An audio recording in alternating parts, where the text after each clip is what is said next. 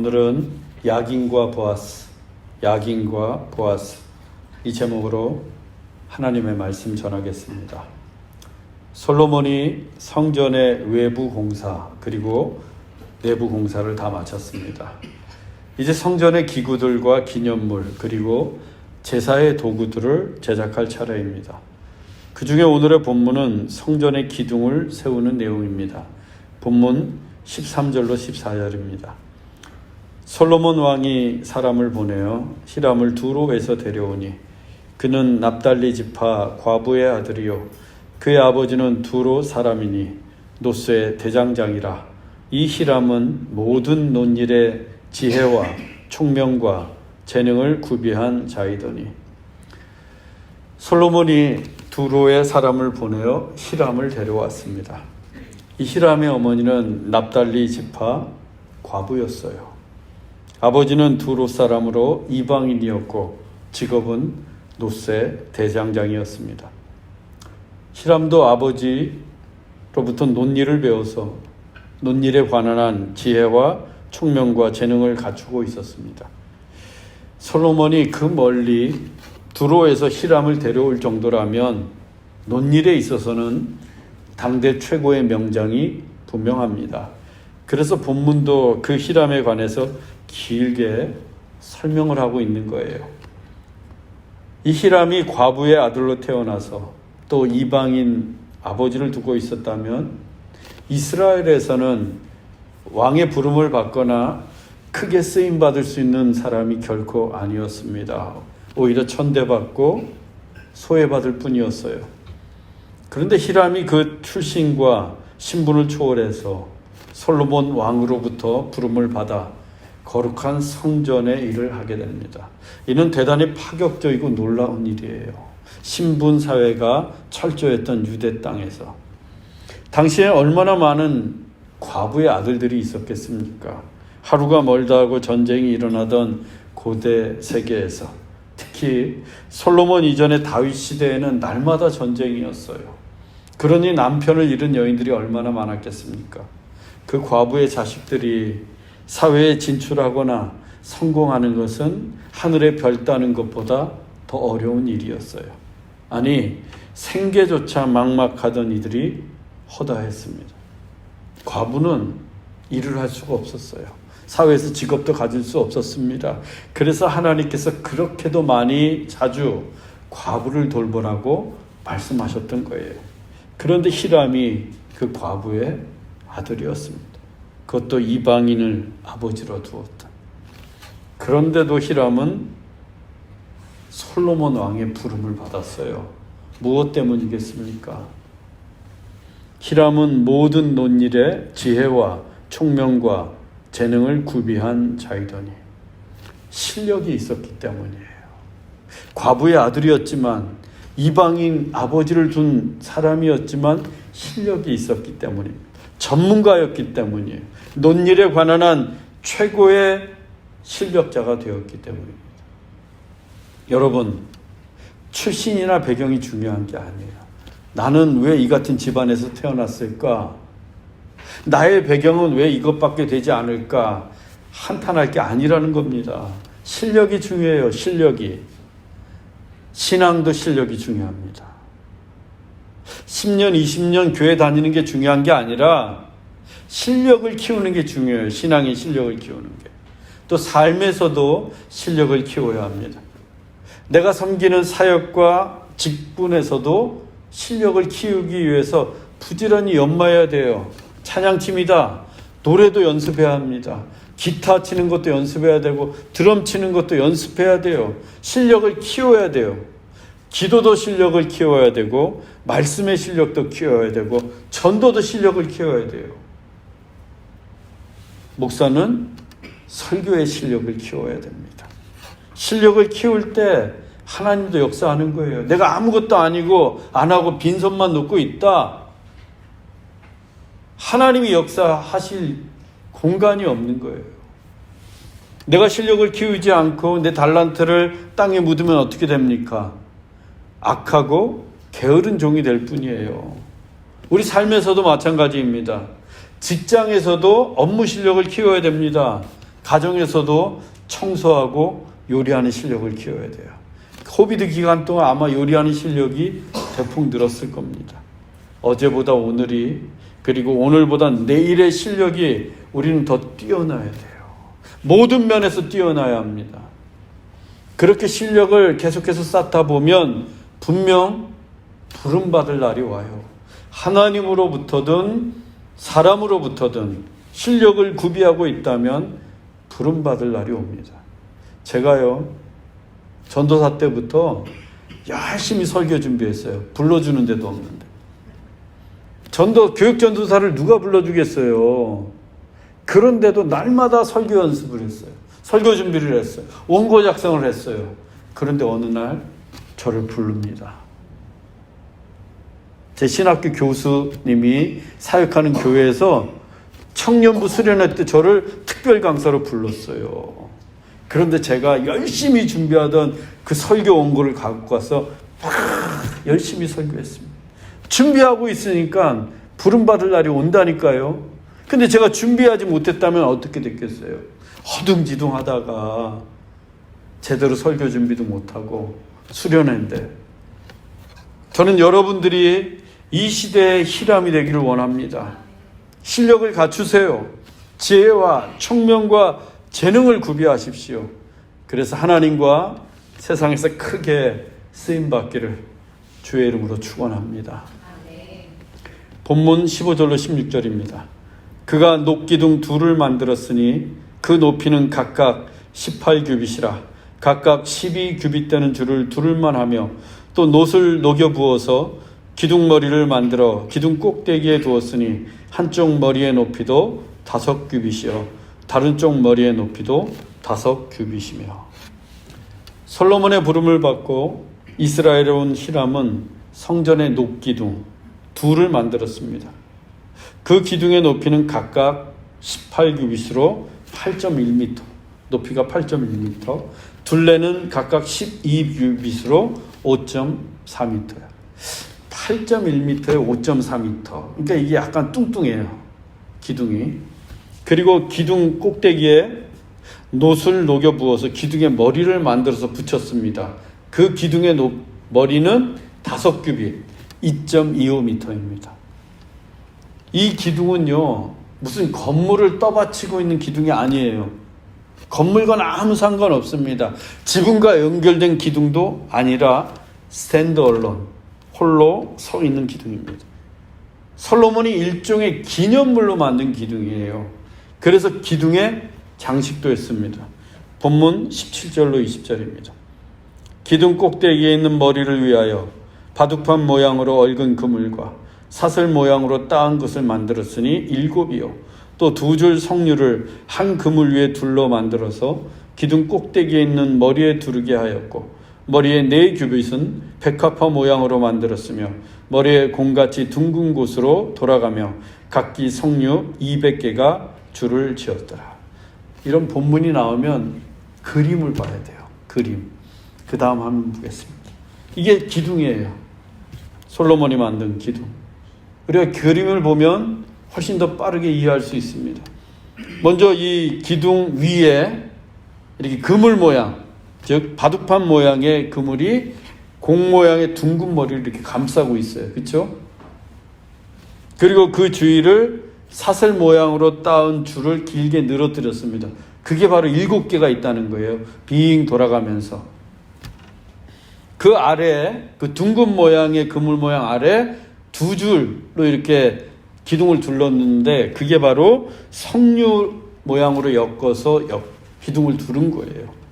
그리고 그 위쪽에는 한 줄로 역시 석류 200개를 엮어서 둘렀습니다. 그리고 맨 위에 이렇게 뾰족뾰족 나온 게 저게 바로 백합화 모양으로 장식을 한 거예요. 그리고 그 옆에 이렇게 사진으로 보면 이 기둥은 건물하고 아무 상관이 없어요. 그냥 혼자 서 있습니다. 무슨 동상처럼. 그런데 저 장식에 의미가 있어요. 특히 석류와 백합화 장식은 아주 중요한 의미를 담고 있습니다. 백합은 흰색이잖아요. 그래서 순결을 상징합니다. 예나 지금이나 백합은 순결을 상징해요. 솔로몬은 이스라엘 백성들의 믿음이 순결하기를 원했어요. 하나님 앞에서 정말 순결한 믿음, 순전한 믿음을 갖길 원했습니다. 그래서 성전에 들어가는 입구에 백합화로 성전 기둥을 장식했어요. 석류는 진실함을 상징합니다. 우리도 석류라는 과일을 먹잖아요. 그런데 석류 겉모양은 보잘것없습니다. 그런데 그 석류를 탁 깨면 그 안에 어때요? 빨강 알갱이들이 가득해요. 벌써 군침이 돌고 그러는데, 내면이 진실한 열매가 석류예요. 생명으로 가득 차 있는 열매가 석류입니다.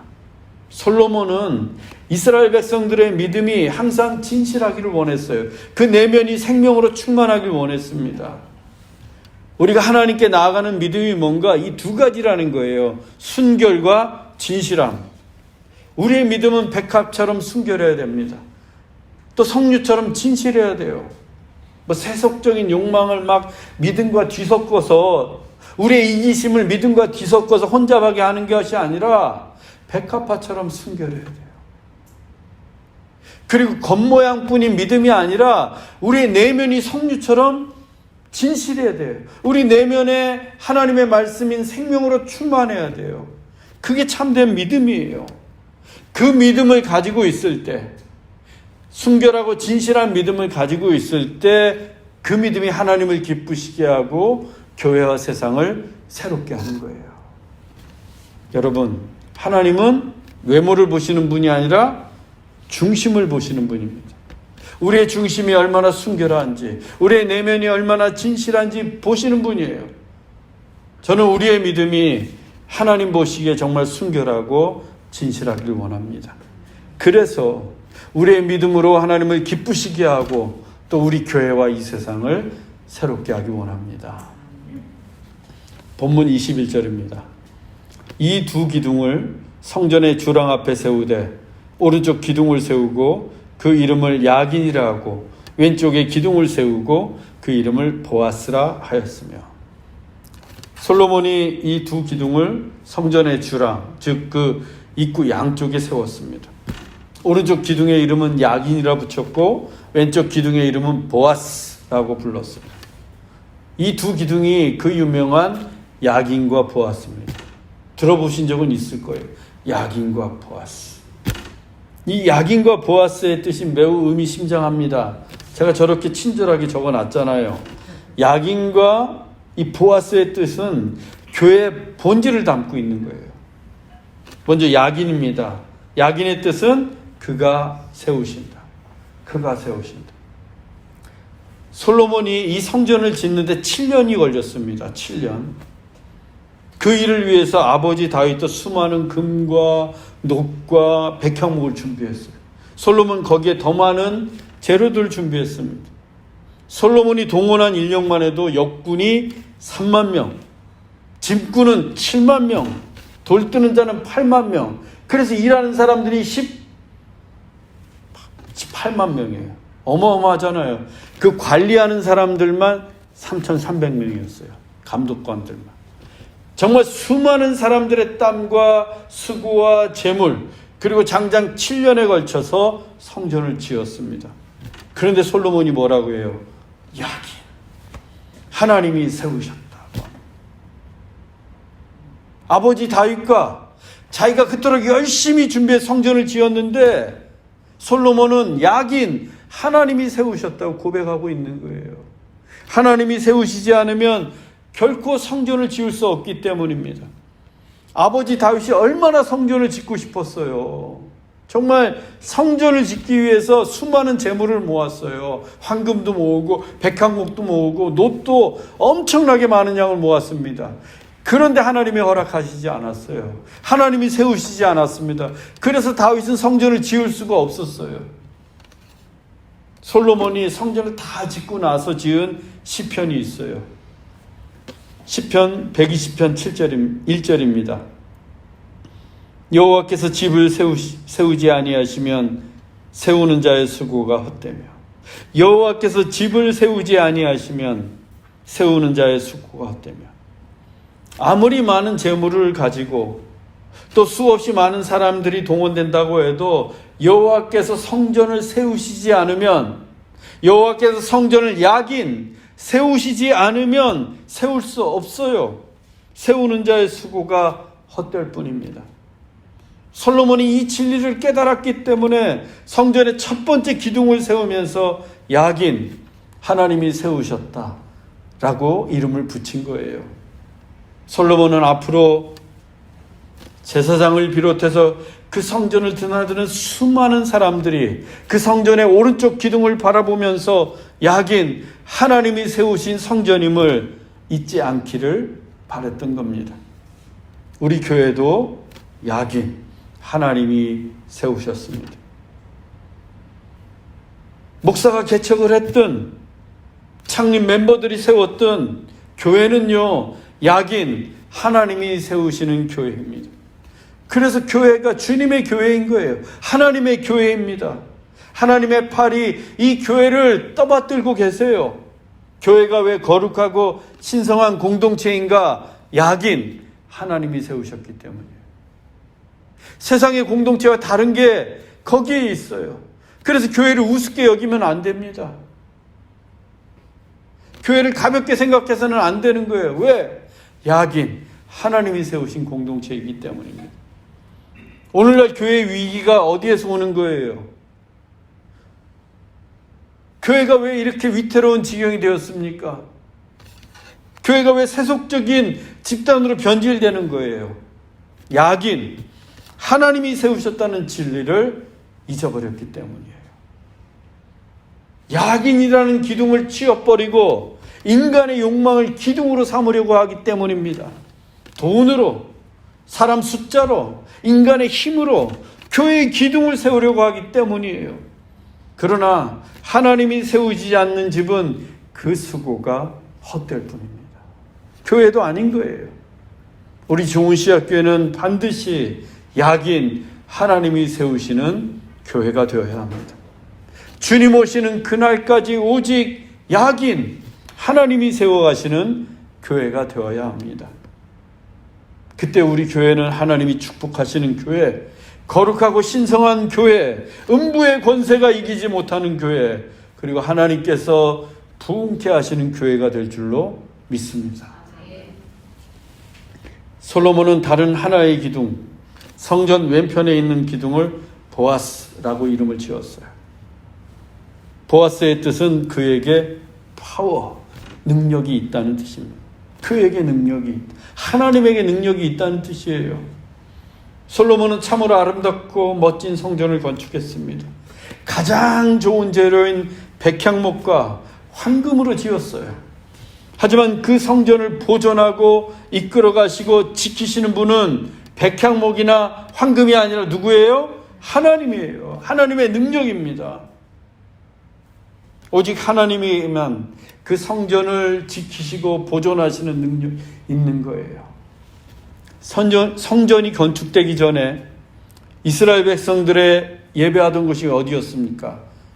성막이었어요. 천으로 만든 성막. 광야에서 40년, 그리고 가나안 땅에서 무려 440년 동안 이스라엘 백성들은 그 성막에서 하나님을 제사했어요. 480년 동안 그 성막을 지키시고 보존하신 분이 누구예요? 하나님이에요.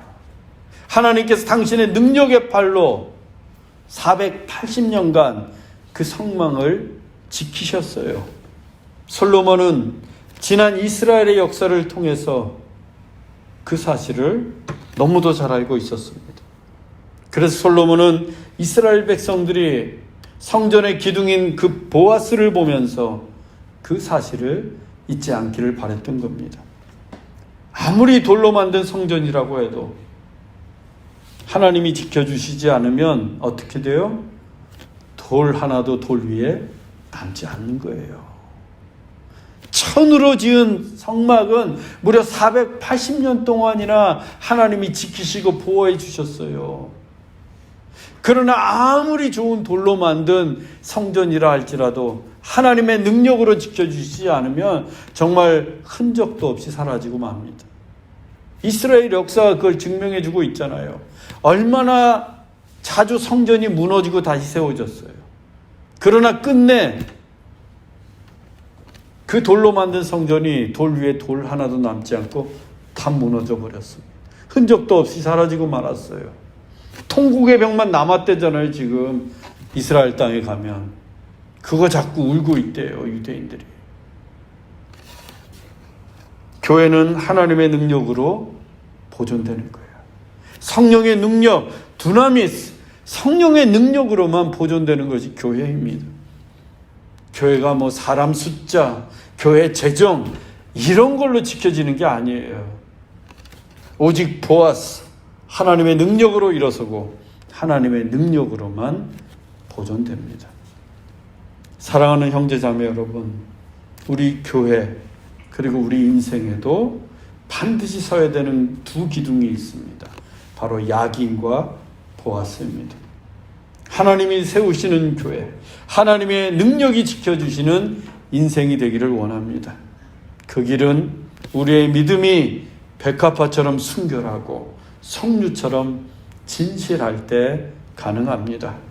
우리 모두 순결하고 진실한 믿음으로 믿음의 두 기둥인 야긴과 보아스를 세워서 하나님께서 축복하시는 삶과 교회가 되기를 주 예수 그리스도의 이름으로 축원합니다.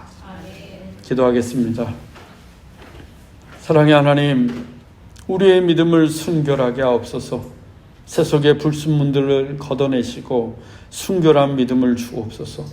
또한 우리의 믿음이 진실하기를 원합니다. 생명으로 충만하기를 원합니다. 겉모습만 번드러한 믿음이 아니라 우리 안에 거짓되고 불의한 것들을 몰아내시고 항상 진실하게 하옵소서. 그래서 우리의 믿음의 두 기둥인 야긴과 보아스가 굳게 서게 하옵소서. 하나님이 세우시는 인생, 하나님의 능력이 나타내는 교회가 되게 하옵소서. 길이요 진리요 생명이신 예수 그리스도의 이름으로 기도하옵나이다.